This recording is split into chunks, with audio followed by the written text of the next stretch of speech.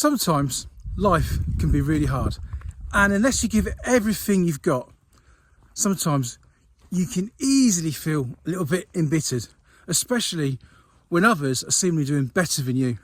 I mean, you've only got to look at Facebook and the like to see old friends and acquaintances are all living their best lives, while you, me, sometimes seems like yours is going backwards. And then, if that happens, instead of being a force for good, like I normally am, I can easily become a source of negativity and even a little bit self-destructive. Why are they doing better than me? It's not fair. The thing is, in reality, they're not really doing any better than me. They're just showing a snapshot of what's seemingly good in their life at the time, and good on them. I mean, you're not seeing the bigger picture or the problems they have. And they're the same problems we all have. They're no different to yours or mine. The reality is that when it rains on all of us, rich and poor, good and bad. There's no difference. You see, the reality is those little unexpected, disappointing surprises that crop up in life can either push you into hiding, and I know that feeling, I'm guilty of that. Sometimes I don't want to speak to anyone when things go wrong. But once you calm down, they can inspire you to take up a challenge and push for something else, push for something better. So if you must engage with life, and you must, why not embrace it? Why not embrace the adventure and pursue everything that is right and good about it, and not dwell on the disappointments? I mean, learn from it and embrace something new. My name's James, and for the last 29 days I've been uploading a new video to YouTube every day, trying to get that 1% better every day. I think I've learnt a lot, especially confidence. Standing in front of a camera now. And yes, I've learnt about thumbnails and titles and all that sort of stuff. That's been good. But what I'm most proud of about doing this challenge is the fact that I just showed up every day and kept going with it. I'm almost there, but not quite. The thing is, I do feel, though, maybe I should have started doing YouTube 5-7 years ago, when I first had the inkling that looks good, I'd like to do that. But I didn't. I started 29 days ago, and that's okay. I'm here now, and this is my start. I think what I did was try and find all the excuses not to do it, but I still wanted to. I mean, I try to suppress that desire to do something on YouTube. But if I hadn't started it, I'd have always wondered, what if I hadn't started 29 days ago? I'd never have found out if I'd be good at it or not. Maybe I would have been holding myself back from reaching my potential in something I didn't know I could do. You know, by refusing yourself that desire to do something like YouTube or something, you know, contribute and progress, I'd never really understand what it took to make that progress, to the ups and downs of doing YouTube and gain that experience of doing it. I don't think I'd just be failing the challenge of starting a channel. If it's something you really want to do, you really want to try, you should. And if I hadn't tried to give it a go, knowing how much I really wanted to, you know, it might make me cynical of other people that have done that. You see, I don't want to be that person, being jealous of other people because they've done well. You know, if I hadn't done it, I could easily have tried, and they did. And they've been successful, and I hadn't. I mean, if they can do it, I can do it, right? I'm no worse than them. I think if you don't try and do what you really want to do, and you try and suppress it, that feeling always lives with you for a long time in the back of your head. I've worked with people who maybe didn't always get the best opportunities. Maybe they were held back, but maybe for good reason. Maybe they weren't ready for that promotion, but they felt bitter. Maybe they took on poor financial decisions, Or maybe they said yes when they should have said no, looking for an easy option at something. Sometimes that can spur people on to work harder and find a better way, better path. But other people, they can sometimes turn cynical and bitter about life. And instead of striving for their own success, they try to undermine other people. They try to show you the bad points of the people just to make themselves look good.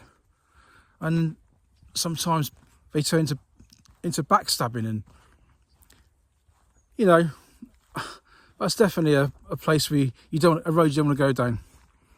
Looking to blame somebody else and to make yourself look good. I mean, these people can often turn very toxic. Yeah, I've had a few toxic friends, believe me. A few toxic people. I've had a few, believe me. But I don't think they were always that way. So how do they get there? And how do we stop doing that when things go wrong in our lives, in my life? I personally think that being well grounded in reality of what's actually happening and pursuing a purpose, taking on responsibility and trying to do the right thing, I think these things help. But it's hard. When things go wrong, as much as you want to, it's difficult.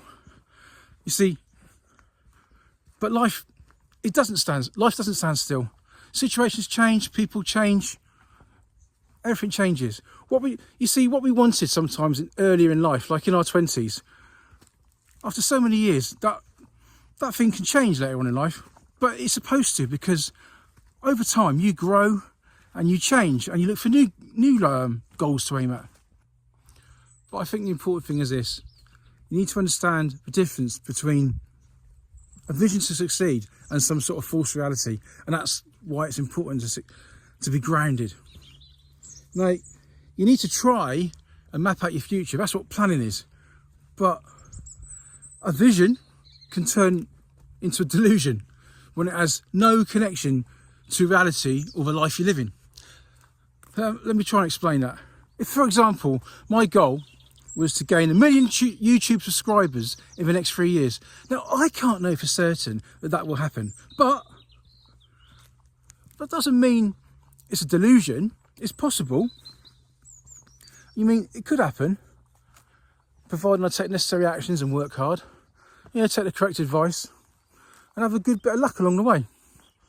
But a delusion arises when you ignore reality and you live in some sort of fantasy by refusing to make those sacrifices that are needed and putting the effort required to achieve that goal. You can't make it happen by wishing it. You have to take action. Yeah, sometimes those challenges in life, they can be too big and too overwhelming. You're paralysed before you even start. I get it. So what do you do? So what is the solution? Well, it's easy to say, but sometimes it's harder to do. But what you need to do, what I've found, what I've done when I've been faced with bigger problems and things in life is, you've probably heard it before, but scale all your goals down to a level where the progress feels like it could be achievable. I mean, that's why I took on a 30-day YouTube challenge and not a 100-day YouTube challenge or 300-day YouTube challenge. I'd have been too big. I knew it was possible for me, I believed, to do 30 days. I know it would be a stretch, but it wasn't impossible. You can't move from where you are now, where you're starting from, to some sort of amazing perfection overnight. All these small, seemingly insignificant steps, they all matter, because progress is slow and sometimes really hard. Have you heard the phrase, the rich get rich while the poor get poorer? Those who have seem to gain more, while those who have nothing tend to lose everything. I think life does operate very much sometimes on that compounding principle. When you're improving, things accelerate. Like one conversation will lead to another, and you make a new connection. You speak to somebody, and that might lead to a new job, which might lead to more money, which leads to a new opportunity, which leads to another house, and the momentum you know, the contacts, it all carries you forward. Forward momentum. But when your life starts to decline and things start going wrong, come on, Wish. The fall can be very steep and very sudden. One thing can lead to another very quickly, which makes it harder. You know, when things go wrong, other things go wrong. That little hole you were digging is suddenly a much bigger hole you're digging for yourself. But this also means that no matter how small your initial steps are, right or wrong, with your right attitude, those steps set the foundations for some good, rapid progress. Even if those first steps are embarrassingly small, insignificant. So just showing up with consistency and staying focused and putting in the right effort, it's going to lead to results eventually. Anyway, to grow, like I said, you've got to first understand the reality of the situation. And that requires humility sometimes. You have to admit what you're lacking in some respect, you know. That might be painful and embarrassing. Sometimes that growth looks like it's going to be impossible. I mean, if where you are now, where your starting point is, to where you want to be seems like this massive, impossible distance, you have to look for ways to close that gap. And you have to do the work. But you have to do it with small, manageable, bite-sized chunks. Well, whatever you decide to take on, you'll naturally be drawn forward into that thing. You're guided by your own instinct to do what you want to do, and it gives you a desire to do it. I mean, some people tell me I must be brave for starting a YouTube channel, but that's not true. It's not the right word. I just don't live with that what if. I don't deny myself the option of never trying YouTube in the first place. I just don't want to put barriers in my own way for something I didn't need to do. You know, or worse, I don't want to start feeling bitter, thinking I could have done that, I could have done better than that, and criticise other people, but I never actually took the chance to have a go myself and challenge myself. You know, that would be worse. That's what I think. I saw a YouTube video once with Tony Robbins, and he was talking about seeing problems for what they are, for what they really are, and not trying to make it appear worse, or not trying to make it appear better, but just seeing it for what it really is. Just stepping back and looking at the situation, its reality, and not through some rose-tinted glasses, or with any unwarranted fears, or some sort of trepidation of what could go wrong. I guess what I'm trying to say, Wish, out of that field, come on. What I'm trying to say is, if you look for the problems in life, you'll find them. You know, when things start going wrong, like I said, I have a tendency to isolate myself and get withdrawn. I know I do. I don't speak to anybody else apart from my immediate family. And I know that's not good, because I've seen it in other people. When people isolate themselves, they start to avoid responsibility and look for meaningless distractions. I do it. I mean, what happens is, there's a situation, there's a reality, and the more you try to avoid it because you don't want to face it, you get more and more disconnected. And you don't want to step up to responsibility sometimes, things you know you should do. I know it's easier sometimes to look for an excuse instead of doing that thing that you know you should do. That thing that's the thing that's really facing you, the thing that's important. This morning, I knew this morning I should have got on and applied for some more jobs. I felt like I was being a bit lazy. But after I took the dog for a walk this morning, I walked past the car and thought, that car needs washing. And I decided washing that car was more important than me getting on and finding a job in the moment. Now, I know it's not, but I did it anyway. You see, I talk about this stuff as if I know what the answer is, but I don't. I'm struggling along the same as everybody else. I guess deep down, I believe you know what's wrong and you know what's right, and you should always do what's right. And then the world will respond positively towards you. It's just the right thing to do. But that obviously comes with risks. it comes with vulnerability. But I still believe that that is the path to a meaningful life. When you choose to take on challenges and responsibilities, the braver you become. But it's a daily choice, I think. I mean, every day you have to ask yourself, do I want to take on the responsibility? Do I choose the responsibility? Do I choose the challenge and do the right thing? And do I let that drive me? Or do I choose comfort in life? Let other people do the hard work, do the hard things. But as I said, life moves on. And if you don't keep going and taking on new challenges, you stay where you are, you get left behind, because life moves on. The world moves on.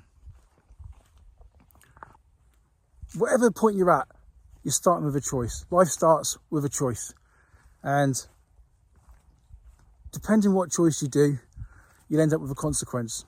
You start with a choice, end up with a consequence. And that could be good, that can be bad.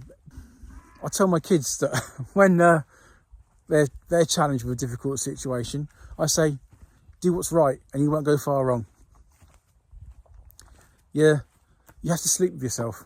You have to lay in bed knowing that even if everything's gone wrong, you did what you thought was the right thing to do. I think I've spoken enough tonight. I hope you've enjoyed this video. Probably got a few things off my chest. Tomorrow is going to be, I don't like going about tomorrow, but tomorrow is my 30th day of uploading videos. So hopefully I'll be back tomorrow and I've completed that 30-day challenge.